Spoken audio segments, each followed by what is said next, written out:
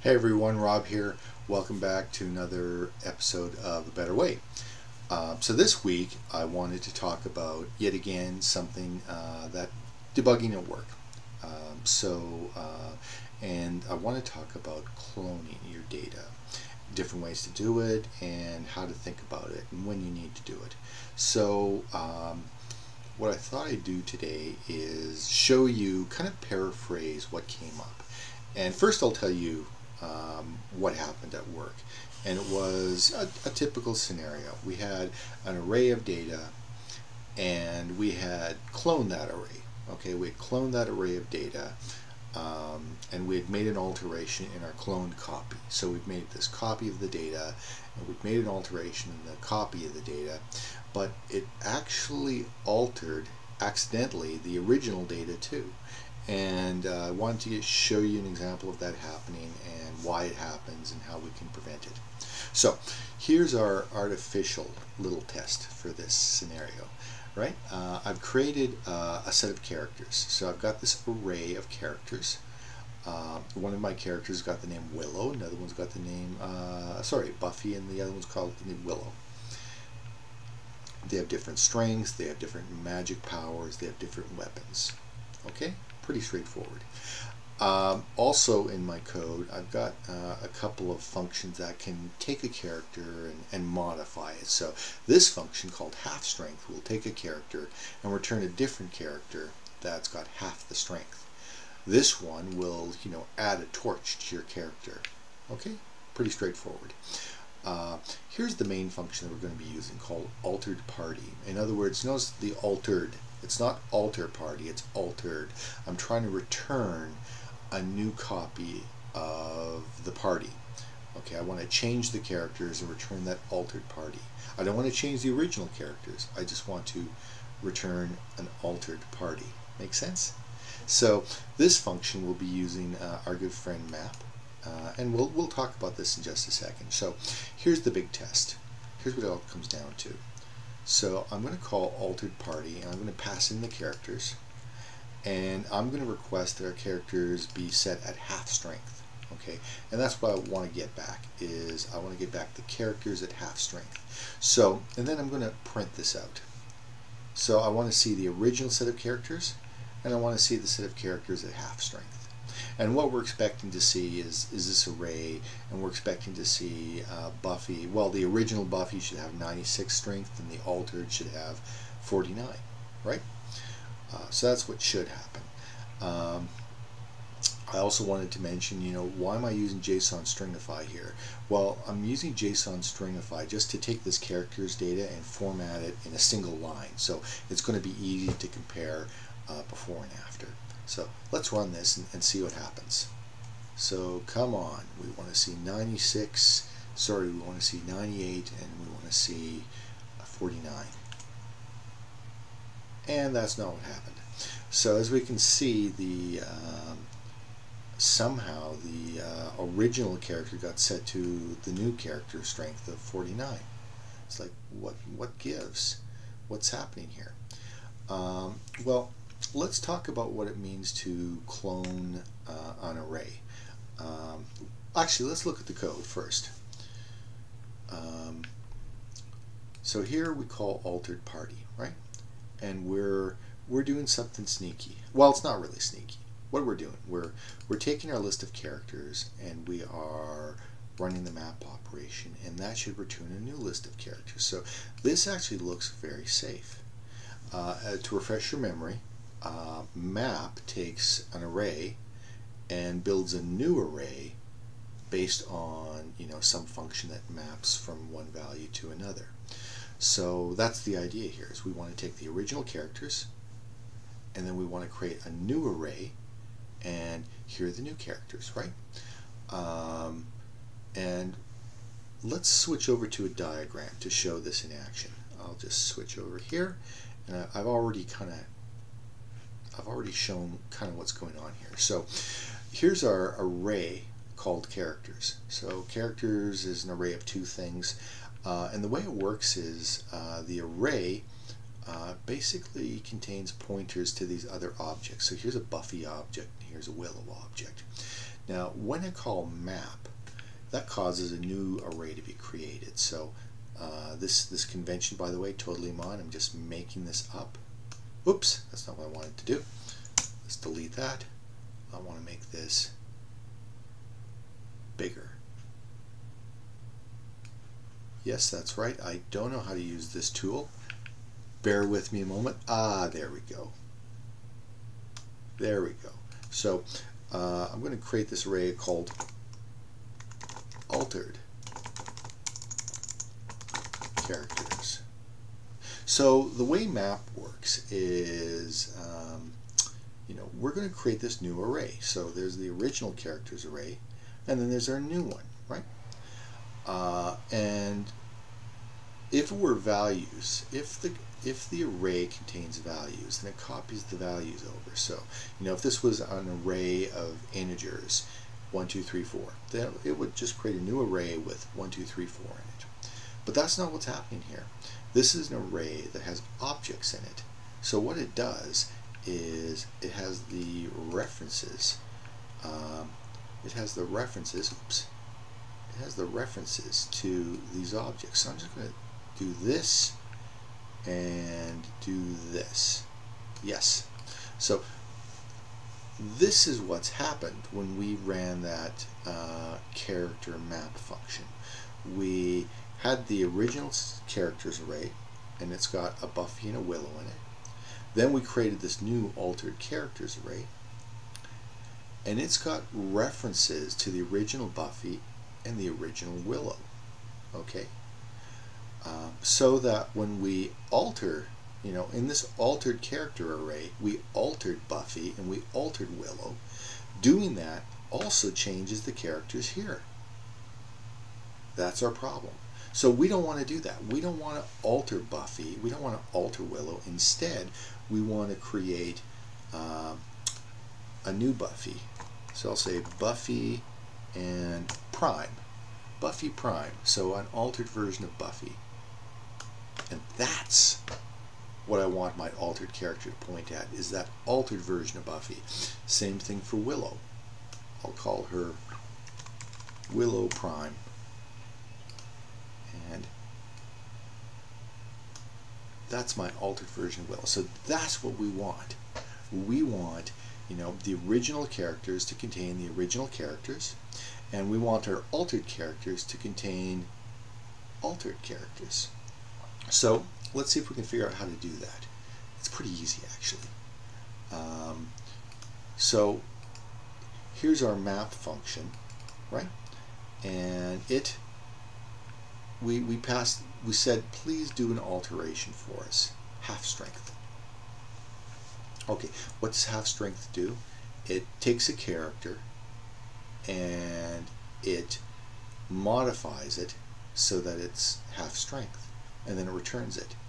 But that's our problem right here. We're actually modifying the character where, we've got this object, we've got this Buffy object, right? And when we run this half strength operation on it, it doesn't return a new object, it returns the Buffy object after it's reduced the character to half strength. I hope this is making sense. And that's why it changed the Buffy. So obviously what we want to do is we don't want to alter our character per se. We don't want to, when we call half strength, we want to return a new character. Okay, a new character that looks just like the original character with an alteration made to it.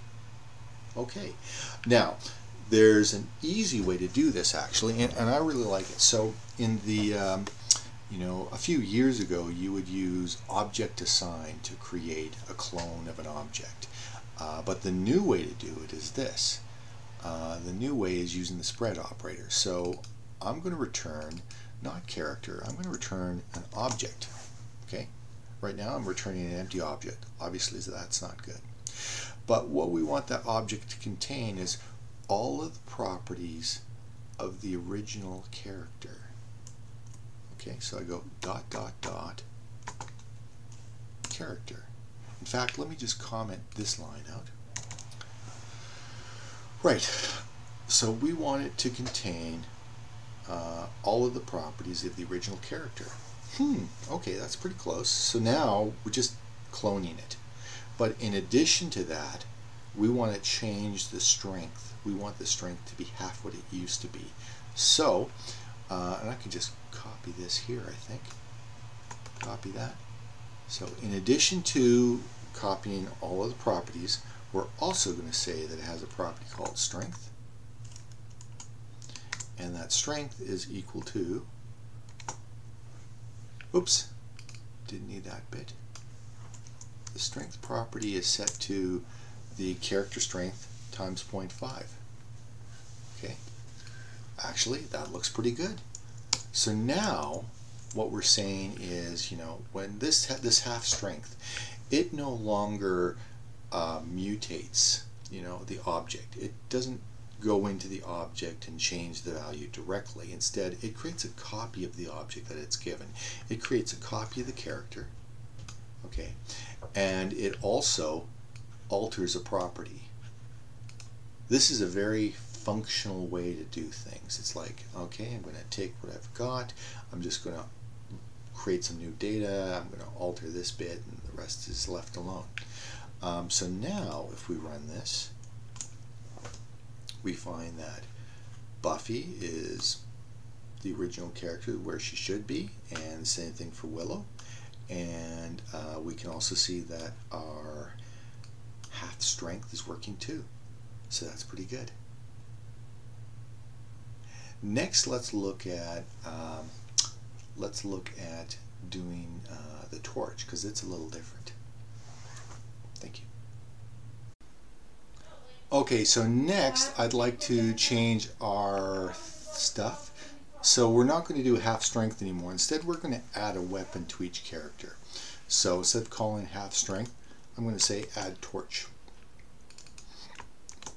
And this is no longer characters of half strength. I'll just call this altered characters.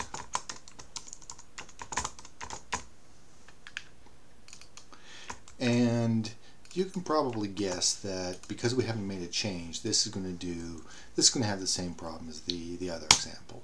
Sure enough, it is. We've altered not just the original, we've altered our character, and we altered the original by mistake. And that's not what we want to do. So we want to do the same kind of pattern here. So I'm going to do this in two ways. First, we're going to do a very similar, we're going to use the spread operator once more. So let's walk through that. Let's start with, I like starting from an empty object, right?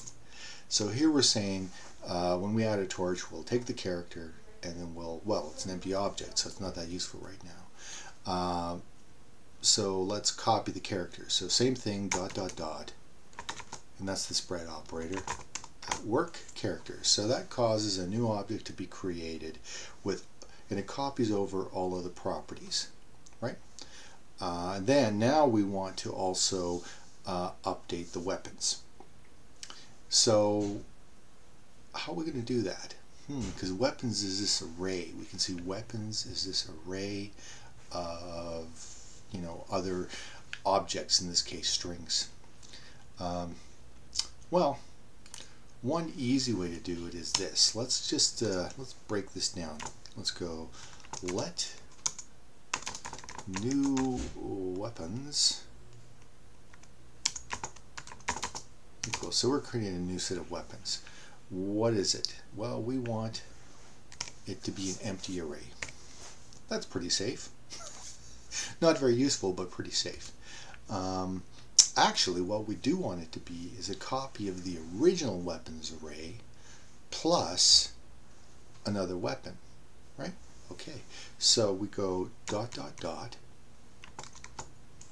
character weapons. So that means that this array is a copy of the character weapons array. That looks pretty good. Plus, we want to add a torch. That looks pretty good.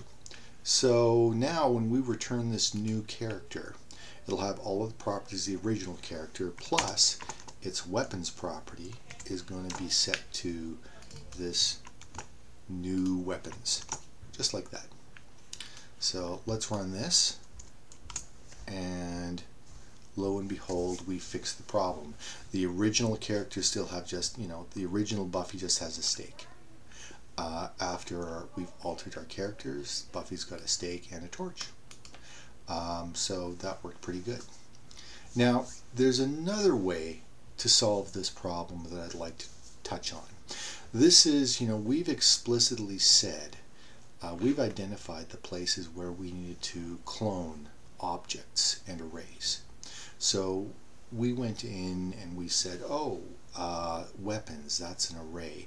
I'm going to be modifying it, so let's clone it. And this is a good technique, but some of the times you want something simpler. Some of the times you just want, you've got these set of characters, and it's like, just clone everything. Okay, I just want everything cloned. I don't want to think about it. And that's something else that we can do. So it's not as efficient as what we're doing here, but it's easy to do. So let's take a look at that way of doing it. So once again, this is a good way of doing cloning, but there is this other mechanism that you can do. And so let's try that. So let's each character, okay, for each character, what I want to do is do a deep clone of everything of that character object. I want a new object created, so basically when I'm past this, I want to create a new object that's got name of Buffy, strength of this, it's got a weapons array, blah blah blah blah blah. And we want to do like a deep clone. This could be nested like with 50 objects, and we want to make sure that everything gets cloned. Well, there's an easy way to do that using, believe it or not, JSON. As you know, we have this JSON helper function that, if I give it this array of objects, JSON stringify is able to convert that to something that looks like this big string here. Isn't that interesting? So we're able to take this deeply nested object, or I should say array of objects, and we're able to convert it into a string. Then we've also got the inverse. We're able to take this string and convert it to an array of objects. So this is the simple way of cloning a character or anything. So I'm tempted to let's add a helper function. Let's call it deep clone. So deep clone. Okay, deep clone, it'll take a character, and actually it doesn't really need to take a character. We could be cloning anything. So I'm going to say deep clone takes an object, could be an array, could be anything, and what's it going to return? It's going to return an object. So what do we need to do? Whatever that object is, we want to stringify it. So we want to go JSON dot stringify object, right? So first we create, I'm going to say let O as string. So we've stringified the entire object. Maybe I should say obj. Yeah, that's a little more obvious rather than O. Right. Okay, so that's part one. Whatever got passed in, we're going to convert it to a JSON string. Then we're going to do the inverse. We're going to say JSON.parse, which takes a string and converts it to an object of some sort. And that's what we're going to return. Interesting.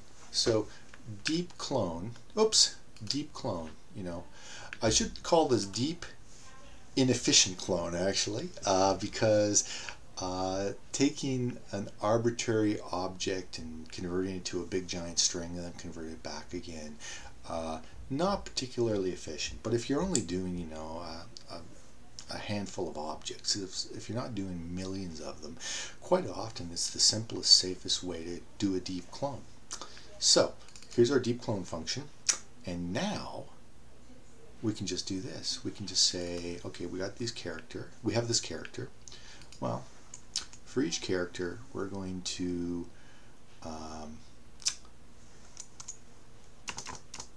let's do this. Let's say let C equals deep clone. Oops, my object is string. Deep clone character. Whoops.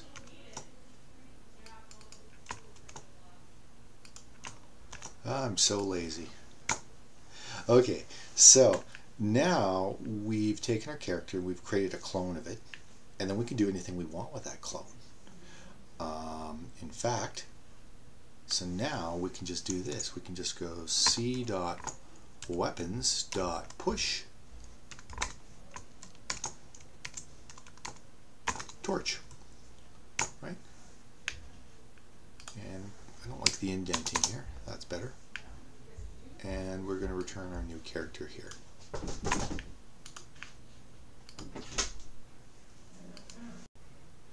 Right, so this should work. We've cloned the object, we've cloned the character, we've added a torch to our clone, so it shouldn't affect the original one, and then we've returned it. So once again, we run it. Looks good. So we've got, you know, the original characters are unchanged.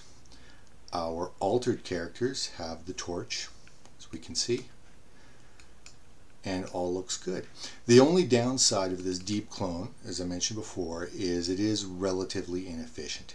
You know, so it's if you're trying to write code that works on a lot of data, you may not want to do it. Otherwise, it's an easy thing to do. Thank you. Hope you've enjoyed it. Talk to you another time.